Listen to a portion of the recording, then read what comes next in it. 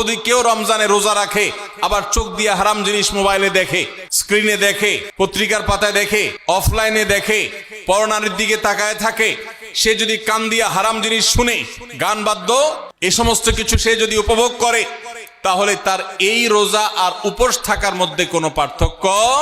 মনে রাখবেন, রোজা শুধু পেটের হয় না, রোজা চোখের হয়, রোজা কানের হয়, রোজা হাতের হয়, রোজা মুখের হয়, রোজা শরীরের প্রত্যেকটা অঙ্গ প্রত্যঙ্গের হয়।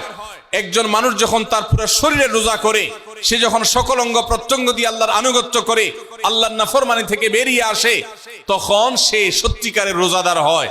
আর যে শুধুমাত্র দিনের বেলায় পানাহার বর্জন করে, যৌনাচার বর্জন করে, আর সমস্ত পাপাচার অপকর্ম সে যথারীতি অন্য সময়ের মতো রমজান মাসেও করে, এই রোজাদার পেটের রোজা রেখেছে কিন্তু তার শরীরের অন্য অন্য অঙ্গ প্রত্যঙ্গ গুলো আল্লাহর কথা শুনে নাই, সো সেগুলো কিন্তু রোজা রাখে নাই।